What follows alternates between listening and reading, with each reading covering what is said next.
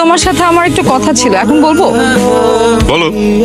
আমার বাবা কি করে সেটা জানার পর থেকে এই ক্যাম্পাসের কেউ আমার সাথে ভয়ে কথাই বলে না।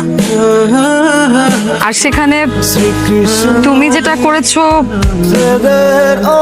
ভালো লেগেছে আমার, আর তোমাকেও ভালো লেগে গেছে। I love you. হচ্ছে না না? আই লাভ ইউ ফাহমিদ, আমি ভালোবাসি তোমাকে।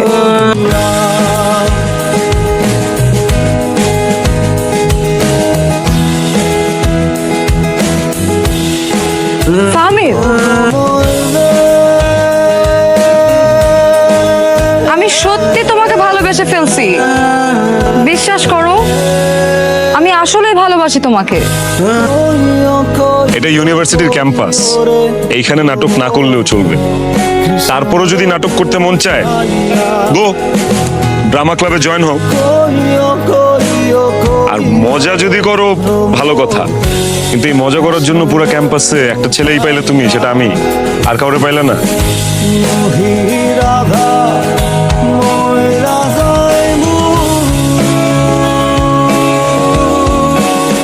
আমি তোমাকে কিছু কথা বলি।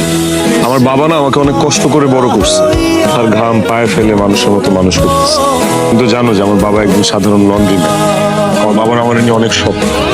শুধু শুধু এইসব প্রেম ভালোবাসার মধ্যে জড়ায় না আমি আমার জীবনটা নষ্ট করতে চাই। কারণ আমার জীবনটা যদি নষ্ট হয়, আলটিমেটলি সবচেয়ে বড় ক্ষতি হবে আমার বাবার। আমি যতটুকু জানি যে তোমার বাবা একজন কমিশনার, ক্ষমতাশীল লোক। তোমার সাথে আমার একটা সম্পর্ক হবে, উনি সেটা সহ্য করতে না পারে ঠুস করে আমার একদিন মেরে ফেলবে। তখন আমার বাবার কি হবে বলো?